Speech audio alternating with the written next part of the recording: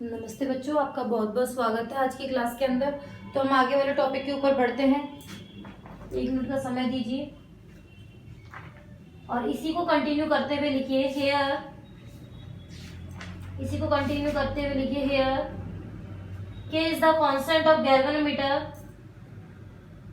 Hair K is the constant of galvanometer which is called reduction factor, which is called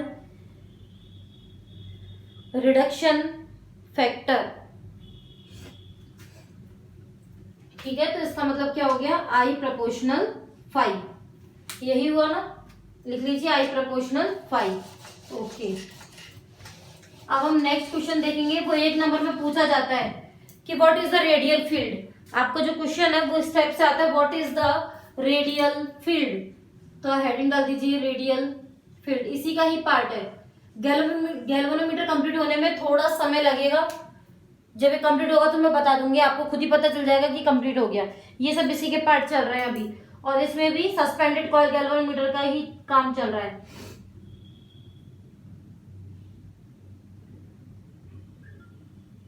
देखिए, to maintain the normal of coil, to maintain the normal of coil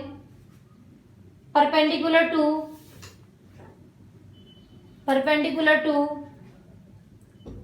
applied magnetic field,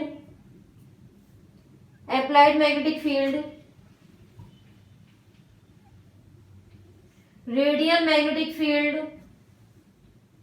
is used। ठीक है, इसके अंदर देखो होता क्या है। ये इस टाइप से आप एक रॉड बनाते हो ना, अभी जो क्या था अपने टॉरिजन में, ठीक है, उसमें क्या होता है, एक का इनसाइड होता है और एक का आउटसाइड होता है। तो फोर्स इस टाइप से लगता है, इसका एफ इधर लगेगा, इसका इधर रेडियल में इस टाइप से लगेगा। ये जो दोनों होते हैं ये किसके बीच में कंप्लीट, एक मिनट रुकिए, कि ये क्या कंप्लीट करते हैं, अपना सर्किल सा कंप्लीट करते हैं, इस टाइप से करते हैं ना। और ये जो कनेक्टेड रहते हैं, एक एन के बीच में रहता है और एक एस के बीच में रहता है। तो जो टोटल इनका मैग्नेटिक फील्ड है वो सेंटर के ऊपर इस टाइप से रहता है कि वो सेंटर को घेर सके। ठीक है, इसको बनाइए।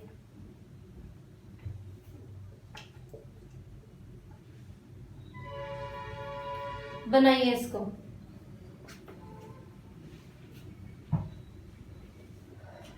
इस टाइप से होता है कि सेंटर पे एक दूसरे को मेंटेन कर सके।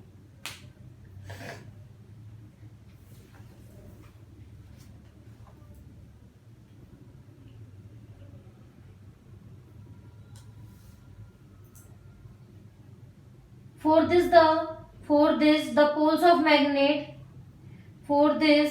the poles of magnet of concave shape, ये कॉन्केव शेप ही तो है, are used, and inside the coil a core of soft iron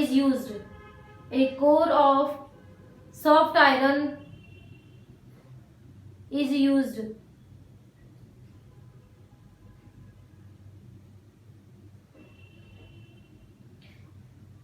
in this field. अब इसके अंदर पता है ये एंगल पे डिसाइड ही नहीं होता है, तो लिखो in this field no matter, मतलब कोई भी मैटर नहीं करता है। In what angle the coil is situated, कि कॉइल किस एंगल में है ये डिपेंड ही नहीं करता है। Magnetic line of force remain perpendicular always.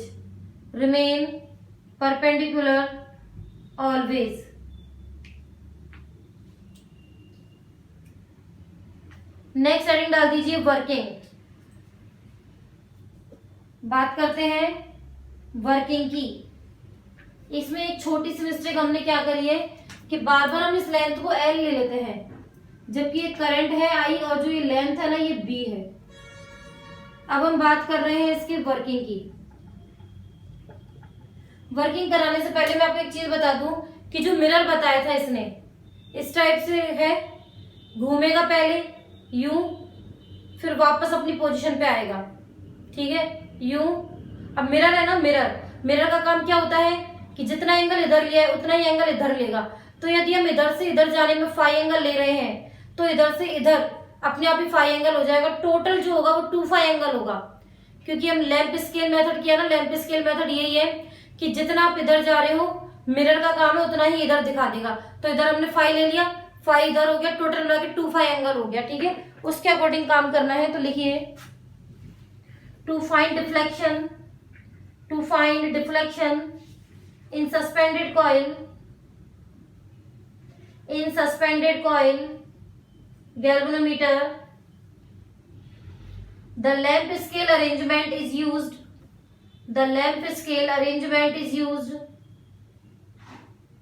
when capital I current is flowing in the galvanometer.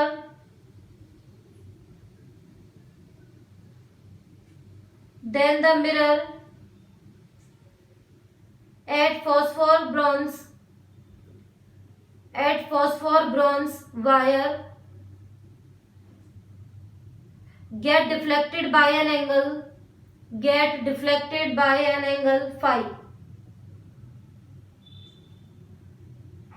In this case, अब बता रही हूँ वो चीज।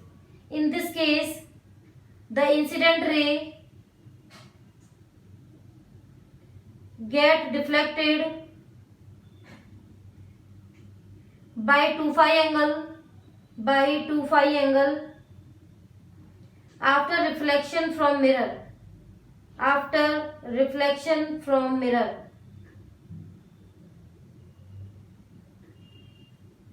So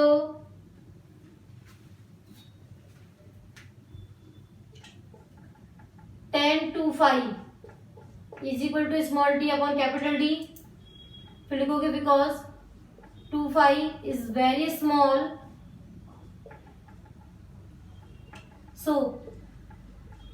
tan 2 phi is approximately 2 phi.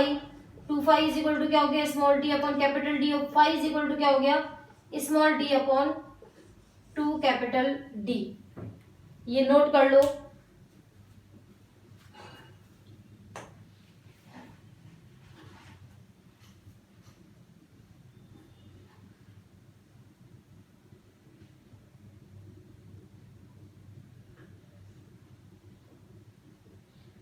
लिखिए small d is the displacement of point. Small d is the displacement of point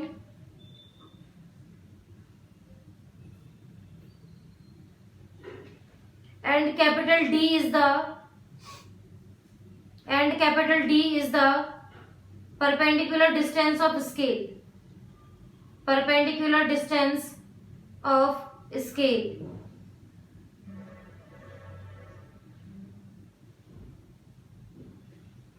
अगली heading डाल दीजिए sensitivity of galvanometer. Sensitivity of galvanometer.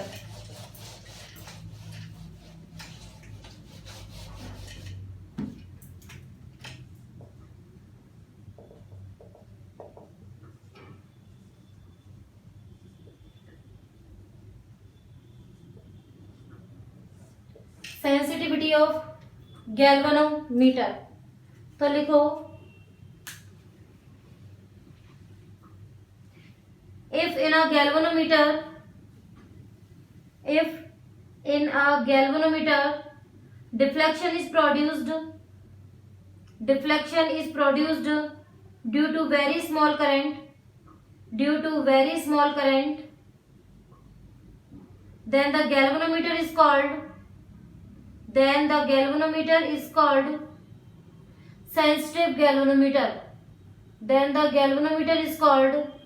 sensitive galvanometer.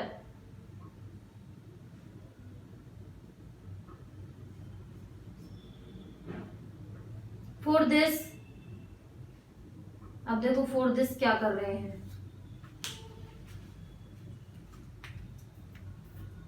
I proportional क्या था, phi. I बराबर क्या था, K phi. तो फाई अपॉन I कितना हो गया, 1 अपॉन K। K के कितना आता है, C upon N A B, तो यहाँ हो जाएगा N A B upon C. Note करो।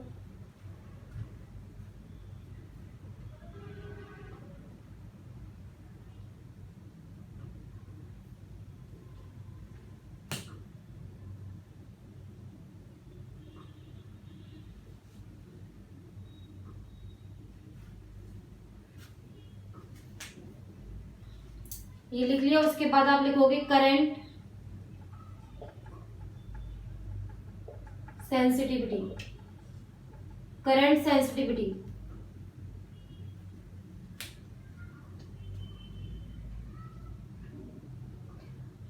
लिखिए produced deflection, produced deflection per unit current, produced deflection per unit current is called current sensitivity of galvanometer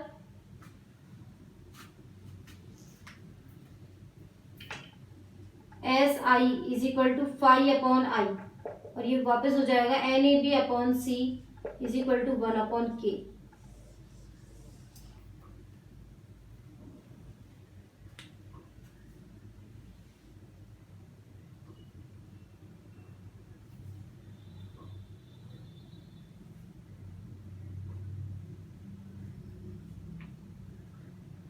लिखिए its unit is deflection per current, its unit is deflection, phi का मतलब deflection per current.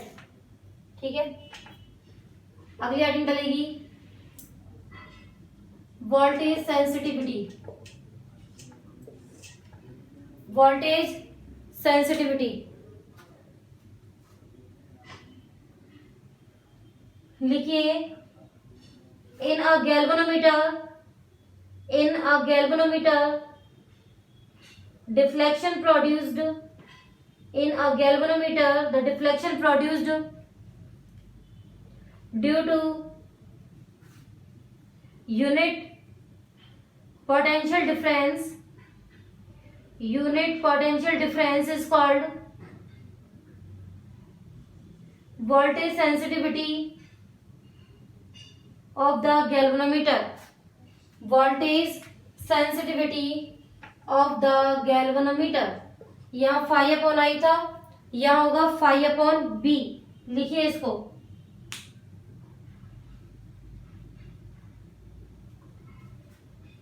ठीक है। फिर देखो चूंकि मतलब since V is equal to I R होता है, but here R is equal to G galvanometer की वजह से, तो V इज इक्वल टू क्या हो गया I G, S V is equal to क्या हो जाएगा फाई अपॉन आई जी।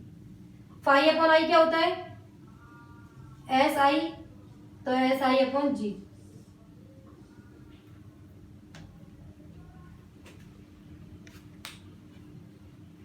ठीक है,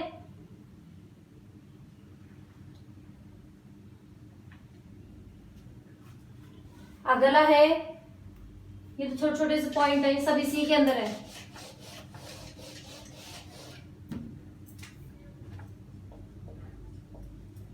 figure of merit of galvanometer, figure of merit of galvanometer. लिखो to produce unit deflection, to produce unit deflection in the galvanometer required amount of current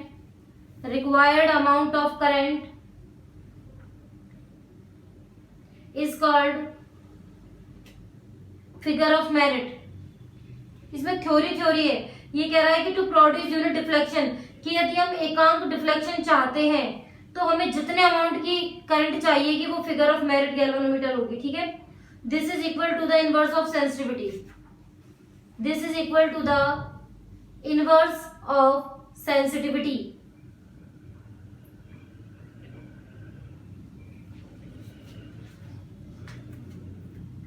तो देखो ये x से रिप्रेजेंट करते हैं, x इज इक्वल टू हो जाएगा 1/SI।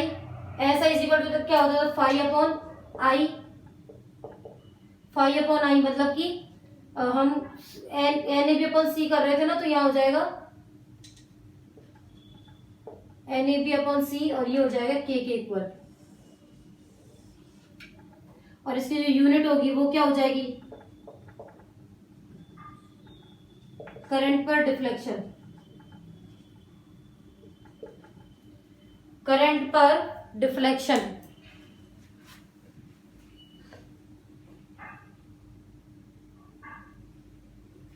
ठीक है, तो यहां पर जो है आपका ये जो कॉइल थी सस्पेंडेड वाली, ये कंप्लीट हो चुकी है, ये कंप्लीट हो गई है।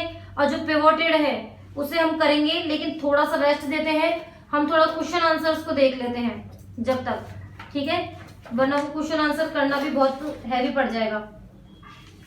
तो क्वेश्चन आंसर करने के लिए आप वही मल्टीपल चॉइस पे आ जाइए, देखते हैं मल्टीपल चॉइस में हम कितना आगे बढ़ सकते हैं। अब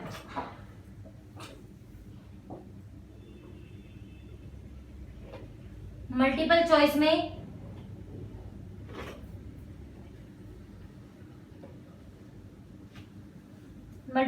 में तो अभी होंगे नहीं भाई, ठीक है, मल्टीपल चॉइस में तो अभी हम नहीं कर सकते हैं। वेरी शॉर्ट क्वेश्चंस में यदि देखी जाए तो, वेरी शॉर्ट में यदि हम देखें तो देखो 8th नंबर का क्वेश्चन बच रहा है, वो अभी उसकी थ्योरी नहीं आई है। 11th नंबर के क्वेश्चन की भी थ्योरी नहीं है, ना ही 12th का है।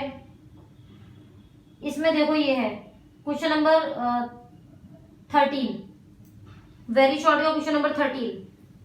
Why are the poles of permanent magnet used in galvanometer made in concave shape?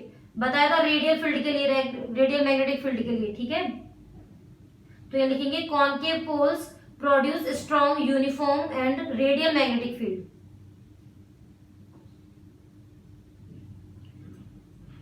Question number 14, how can current sensitivity of galvanometer be increased? Current sensitivity को कैसे बढ़ाया जा सकता है? तो लिखिए इसके अंदर पहला,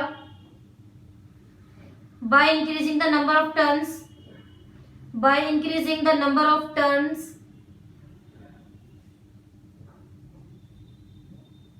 बाय इंक्रीजिंग एरिया, सेकेंड है by increasing area of coil, third लिखिए by increasing the intensity of magnetic field, by increasing the intensity of magnetic field, fourth लिखिए by decrease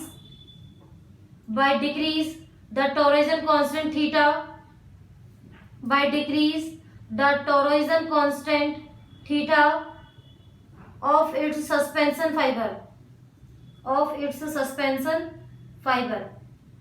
क्वेश्चन नंबर 15 भी हो जाएगा, देखिए what will be the position of magnetic field and coil in equilibrium position in the galvanometer. तो torque is equal to क्या था, NIAB sin theta, NIAB sin alpha था ना, तो अल्फा की जगह 0 रख दो, sin 0 की वैल्यू क्या होती है 0, हो गया आंसर 0 आएगा इसका।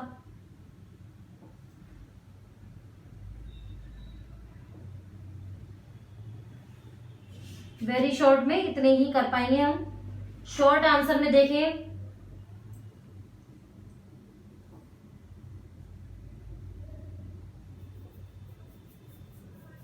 तो शॉर्ट में यह है क्वेश्चन नंबर 13, शॉर्ट में क्वेश्चन नंबर 13, वेरी शॉर्ट तो हो चुके हैं। शॉर्ट में देखिए what do you mean by sensitivity and figure of merit efficiency of galvanometer, right the relation between them. ये रहा बोर्ड पे ही लिखा हुआ है पूरा, फिगर ऑफ मेरिट वगैरह सब कुछ अभी जस्ट करवाया ही है आपको, ठीक है। तो इसमें तो एक ही क्वेश्चन होगा। लॉन्ग आंसर में यदि हम बात करें तो ये क्वेश्चन नंबर 4, ठीक है।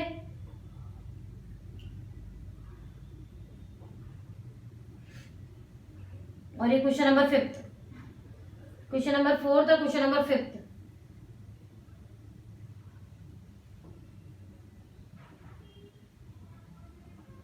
ये क्वेश्चन नंबर 8 भी लगभग कंप्लीट ही है,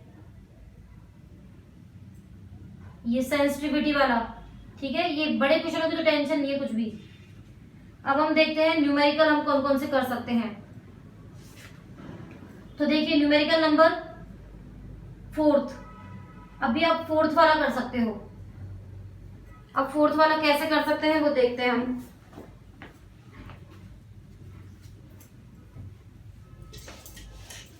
अगर अभी हम क्वेश्चन आंसर कर लेंगे ना तो हमें थोड़ा सहारा मिल जाएगा कि जब क्वेश्चन आंसर का नंबर आएगा तब अपना आधा बर्डन कम हो जाएगा कम से कम। और ये भी आपको पता चल जाएगा कि किस टाइप से क्वेश्चन आ रहे हैं, ठीक है, कौन से टॉपिक के ऊपर। जैसे question number 4, 10 ampere current flowing through a wire AB. This wire is placed on the table in horizontal direction. A another wire CD. ये देखो इस टाइप से उसने डायग्राम भी दिया हुआ है, या फिर खुद बना लो। ये AB है, इसके अंदर करंट फ्लो हो रही है 10 एम्पियर। ये है CD, इसके अंदर जो करंट फ्लो करा रहा है ये 6 एम्पियर है, और जो इनके बीच की डिस्टेंस है वो 2 मिलीमीटर है। यही बोल रहा है what is the mass of unit length of CD। CD का मास पूछ रहा है ये आपसे, ठीक है। और इक्विलिब्रियम पोजीशन में रहे। What is the direction of current, current की डायरेक्शन भी पूछ रहा है।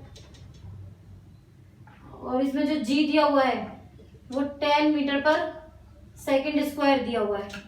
अब इसे कैसे निकालेंगे? इक्विलिब्रियम पोजीशन पे रहने के लिए जो फोर्स लगेगा, एक तो इसके मास की वजह से तो mg लगेगा, और यहाँ पर क्या लगेगा F1 upon F dash is equal to क्या होता है F upon L mu not.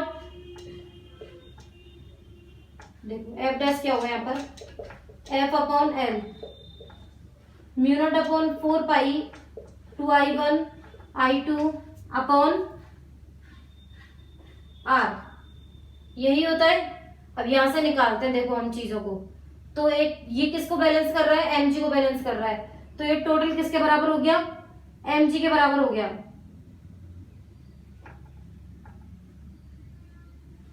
किसके बराबर हो गया देखो F dash is equal to mg। F dash लिख दो mu not upon 4 pi 2I1 I2 upon R is equal to mg। Mass चाहिए तो कितना होगा mu not upon 4 pi 2I1 I2 अपॉन RG। इसकी वैल्यू पता है, I1 दिया हुआ है, I2 दिया हुआ है, रेडियस ये डिस्टेंस दी हुई है -3 मीटर, और G दिया हुआ है। यहां से M निकल जाएगा, निकाल लीजिए।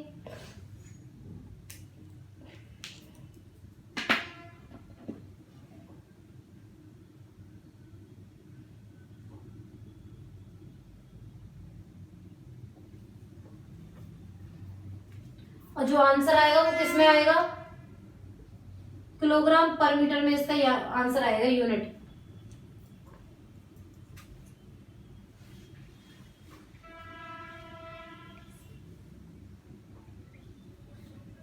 अब लिखो the current in wire CD, the current in wire CD will B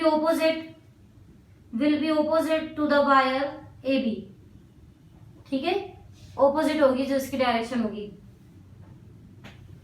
तो जब ऑपोजिट होगी तो डायरेक्शन को ध्यान रखना, जब भी आप एग्जाम में डायग्राम बना के आओ, और यदि आपने ऐसे कर दिया हो तो इसको यही ऐसे कर देना, उल्टा डायरेक्शन।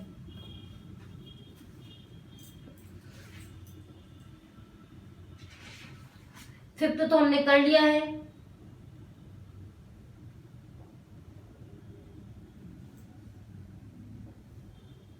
फिर देखते हैं हम क्वेश्चन नंबर 7। क्वेश्चन नंबर 7 देखते हैं।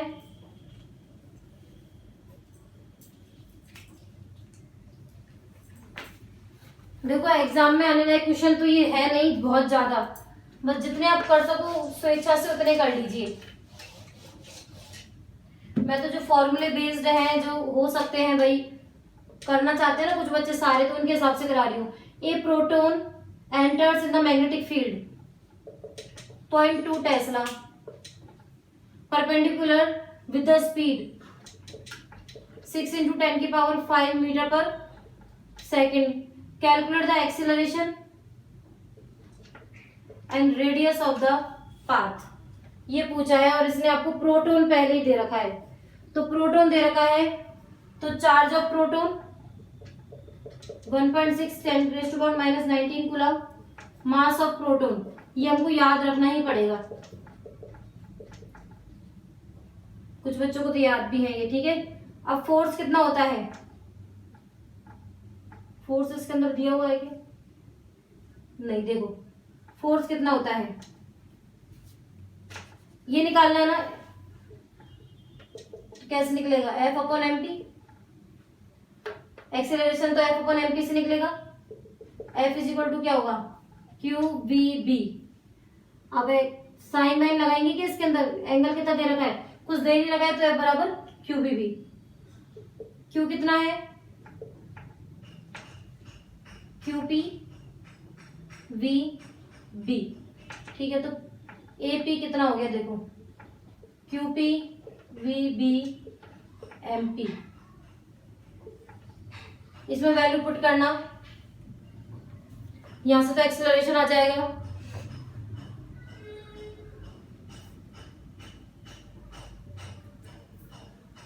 किसमें आएगा ये, मीटर पर सेकंड स्क्वायर में। रेडियस के लिए RP इज इक्वल टू होता है mv/qb। तो mass of proton, velocity, charge of proton और B ये भी दी हुई है आपको। mt ये रहा, वेलोसिटी ये रही, QP ये रहा, B जो दिया हुआ ये रहा, ये किसमें आ जाएगी, मीटर के अंदर आ जाएगी, ये निकाल लीजिए।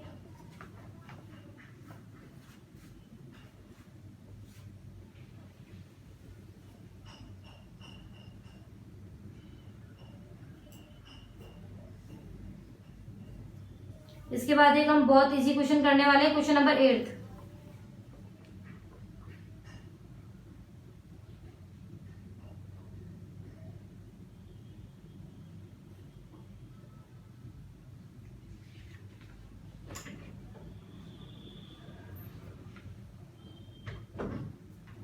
एट्थ और 10th, ये दो क्वेश्चन और हम करने वाले हैं इस चैप्टर में। अभी आज की क्लास के अंदर ये दो क्वेश्चन और करेंगे, क्वेश्चन नंबर 8 और क्वेश्चन नंबर 10। सेम फॉर्मूले, लगभग सेम तो नहीं बोले उनको, तो ठीक रहेगा। न्यूमेरिकल नंबर 8, देखो ये wire carries a current 8 ampere, okay, making an angle theta is equal to 30 degree. What is the magnitude of direction of force of per unit length, ठीक है। सेकेंड, इसमें एक चीज और नहीं दी हुई है, B, इसमें B मैग्नेटिक फील्ड भी दिया हुआ है 0.15 टेस्ला, ठीक है।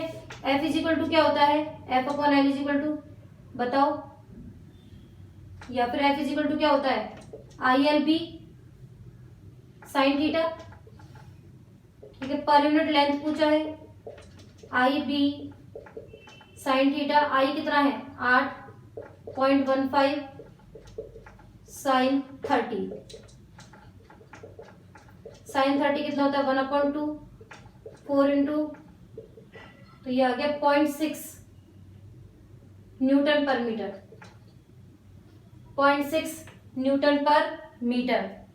कंप्लीट हो गया है ये क्वेश्चन, कहा था ना बहुत इजी है।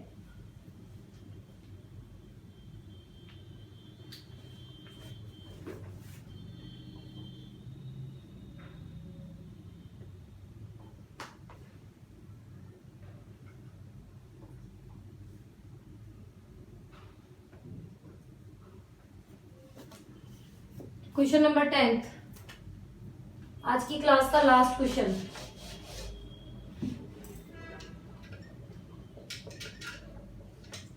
क्या है ये, 2 long parallel wires of 2 metre length. Parallel wire वाला दिया हुआ है, तो समझ गए होंगे फॉर्मूला कौन सा लगेगा, यही तो फॉर्मूला है अपने पास, फॉर्मूला भी यदि लिख लें हम पहले तो कोई प्रॉब्लम नहीं है। यही तो फॉर्मूला है अपने पास दो पैरेलल के लिए। डिस्टेंस मतलब कि आर जो दी हुई है 0.2 metre. If the current of I भी दे रखा है 0.2 ampere flows in both same direction, then find the force. कुछ भी निकाल लो इसके अंदर से, देखो F1/L is equal to F2/L, mu not upon 4 pi की जगह क्या आएगा, I1 I2 तो दोनों बराबर रहेंगी, ठीक है, तो म्यू नॉट अपॉन 4 पाई 2 इंटू I1 I2 ये सेम है और ये हो गई रेडियस 10⁻⁻7 2 इंटू II 0.2 डिस्टेंस जो है वो भी कितनी है 0.2 न्यूटन पर मीटर में निकाल लेना इसका आंसर।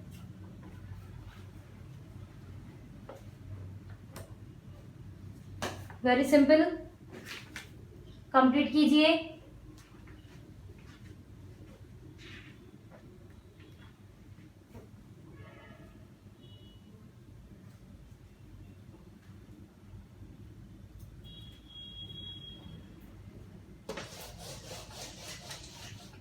और जो हम अगला टॉपिक पढ़ने वाले हैं पिवोटेड और dead beat coil galvanometer. Pivoted और डेड बीट कॉइल गैल्वेनोमीटर ये हम पढ़ेंगे। जब तक के लिए धन्यवाद।